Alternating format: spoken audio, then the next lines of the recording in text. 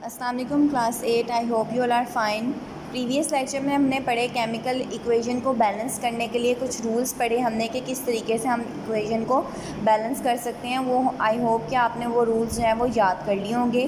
Chemical equation क्या होती है? ऐसी इक्वेशन या ऐसा केमिकल रिएक्शन जिसमें हम एलिमेंट्स को सिंबल या फार्मूला की सूरत में जो है वो लिखते हैं, साइन की सूरत में रिप्रेजेंट करते हैं, तो इनको केमिकल इक्वेशन बोलते हैं। इसके बारे में आपने पढ़ा। उसके बाद आपने ट्रायल एंड एरर मेथड जो कि कॉमनली यूज़ किया जाता है इक्वेशन को बैलेंस करने के लिए, वो आपने पढ़ा और आपके उसके कुछ रूल्स थे। होप्स हो कि आपने ये सारे रूल्स हैं वो अच्छे तरीके से याद कर लिए होंगे। ठीक है, अब हम इक्वेशन के साथ आज देखते हैं कि किस तरीके से हम एक जो अनबैलेंस इक्वेशन है उसको किस तरीके से बैलेंस कर सकते हैं with the help of trial error method. ठीक है, हम पहले इक्वेशन जो एग्जांपल नंबर 1 है जिसमें नाइट्रोजन N2 गैस फॉर्म में हाइड्रोजन H2 के साथ रिएक्ट करके क्या बना रही है? अमोनिया, जो कि गैस फॉर्म में। आज हम इसको करके देखते हैं कि किस तरीके से हम इसे बैलेंस करेंगे। N2 plus H2 goes to NH3, ये गैस फॉर्म में है, ये भी गैस फॉर्म में है, और हाइड्रोजन ये जो अमोनिया बना है वो भी गैस फॉर्म में है। ठीक है, अब नाइट्रोजन आप देखेंगे यहाँ पे नाइट्रोजन के 2 एटम्स हैं, नाइट्रोजन के 2 एटम्स हैं, हाइड्रोजन के 2 एटम्स हैं। यहाँ पे आप देखेंगे नाइट्रोजन के 1 एटम है, हाइड्रोजन के 3 एटम्स हैं, मतलब कि दोनों साइड्स पे जो एटम्स हैं उनकी जो है वो अमाउंट जो है वो इक्वल नहीं है। ठीक है, सबसे पहले हम एक एटम से स्टार्ट करते हैं। नाइट्रोजन जो है वो एटम जो है वो उसके 2 मॉलिक्यूल्स हैं, 2 एटम्स हैं यहाँ पे। तो हम यहाँ पे इसको इक्वल करने के लिए, जैसे यहाँ पे नाइट्रोजन 1 है तो अब हम इसको 2 करने के लिए हम 1 को किससे मल्टीप्लाई करें कि वो 2 के इक्वल हो जाए? तो हम 2 से इसको मल्टीप्लाई करेंगे। इससे क्या होगा? नाइट्रोजन के एलिमेंट्स यहाँ पे कितने हो जाएंगे? 2 हो जाएंगे। अब हम हाइड्रोजन देखेंगे, यहाँ पे ये 2 इसके साथ अगर मल्टीप्लाई हो रहा है तो इस हाइड्रोजन के साथ भी होगा, तो ये अगर इसके साथ मल्टीप्लाई होगा तो 2 3 हो जाएगा 6। लेकिन यहाँ पे हाइड्रोजन 2 है तो अगर हम इसको भी 3 से मल्टीप्लाई कर दें तो ये 3 2 6 हो जाएगा। तो इस तरीके से ये दोनों साइड्स पे जो है वो अब इक्वल हो जाएगी। अब आप खुद ही देखें, नाइट्रोजन यहाँ पे भी 2 है, इस साइड पे भी 2 हैं। हाइड्रोजन यहाँ पे कितने हैं? 3 2 6। यहाँ पे भी हाइड्रोजन के कितने एलिमेंट्स हैं? 3 2 6। तो इस तरीके से अब ये दोनों साइड्स पे जो एलिमेंट्स हैं वो इसमें जो है वो इक्वल हैं इन मॉलिक्यूल्स में, तो इसलिए अब ये इक्वेशन बैलेंस्ड इक्वेशन होगी। ठीक है, इसी तरीके से आपकी नेक्स्ट एग्जांपल्स भी हैं।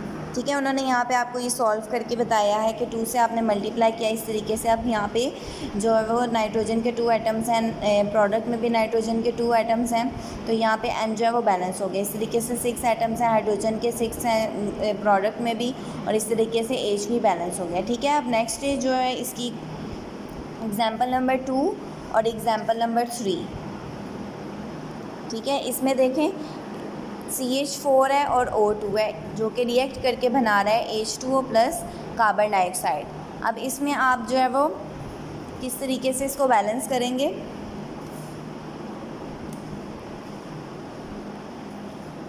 इक्वेशन है CH4 plus O2 goes to H2O plus carbon dioxide. ठीक है, अब आप देख रहे हैं यहाँ पे कार्बन कितनी क्वांटिटी है? 1 एटम है, और उसमें जो है प्रोडक्ट में भी उसके 1 है, तो कार्बन यहाँ पे बैलेंस है। हाइड्रोजन देखें यहाँ पे 4 हैं रिएक्टेंट्स में, प्रोडक्ट्स में 2 हैं, तो यहाँ पे हाइड्रोजन जो है वो अनबैलेंस है। इस तरीके से ऑक्सीजन जो है यहाँ पे 2 हैं और वहाँ पे ऑक्सीजन के 3 मॉलिक्यूल्स हैं, 3, ये कार्बन डाइऑक्साइड का, और जो है वो एक है वाटर में, तो ये 3 है यहाँ पे, तो इसलिए ये दोनों अनबैलेंस है। अब हम इसको किस तरीके से बैलेंस करेंगे? अगर हम यहाँ पे हाइड्रोजन, अगर यहाँ पे 4 हैं तो यहाँ पे हाइड्रोजन को 4 करने के लिए हम इसको किससे मल्टीप्लाई करेंगे हाइड्रोजन को कि ये 4 हो जाए? 2 से मल्टीप्लाई करेंगे, 2 2 4। ठीक है, अब ये 2 इसके साथ भी मल्टीप्लाई हो रहा है। यहाँ पे कार्बन डाइऑक्साइड कितनी हो गई है? 2, और यहाँ पे भी ये 2 2 और 2 कितनी हो गई है? 4।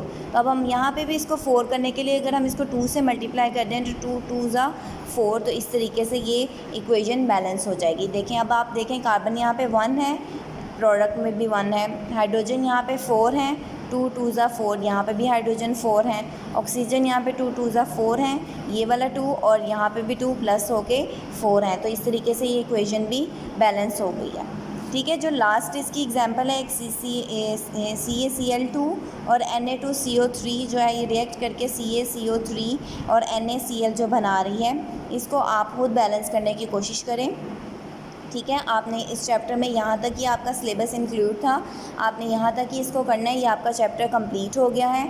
ठीक है, इस चैप्टर में हमने क्या क्या पढ़ा, किस तरीके से जो है वो केमिकल रिएक्शन के बारे में पढ़ा, फिर हमने पढ़ा कि केमिकल जो है वो रिएक्टर में रिएक्टेंट्स प्रोडक्ट्स के बारे में पढ़ा, क्या क्या होते हैं इनकी डेफिनेशन, कुछ आपको जो है वो एप्लीकेशन इसकी थी, जैसे कि फोटोसिंथेसिस प्रोसेस में, रेस्पिरेशन में, आयरन की रस्टिंग में। ठीक है, ये सारी आपने एप्लीकेशन पढ़ी और उसके बाद केमिकल इक्वेशन को किस तरीके से बैलेंस किया जाता है उसके बारे में आपने पढ़ा। तो ये सारे आपके यहाँ तक आपका जो है वो चैप्टर इसका इंक्लूड है, इस एग्जाम्पल नंबर 3 तक। नेक्स्ट वाला आप इसके टॉपिक्स नहीं करने, तो इस तरीके से आपका ये चैप्टर कंप्लीट है। इसको अच्छे तरीके से आपने रीड करना है। इसकी जो एक्सरसाइज जो है वो इससे रेलिवेंट, जितना आपने पढ़ा है इससे रेलिवेंट जितने भी एक्सरसाइज में क्वेश्चन हैं आपने सॉल्व करने हैं, और इसमें जो ऑब्जेक्टिव या शॉर्ट क्वेश्चन बनते हैं आपने अपनी नीट कॉपीज़ पे उसको लिखना है और वो आपकी चेक होंगी। ठीक है, यहाँ तक आपको कोई मसला हो आप पूछ सकते हैं। अल्लाह हाफ़िज़।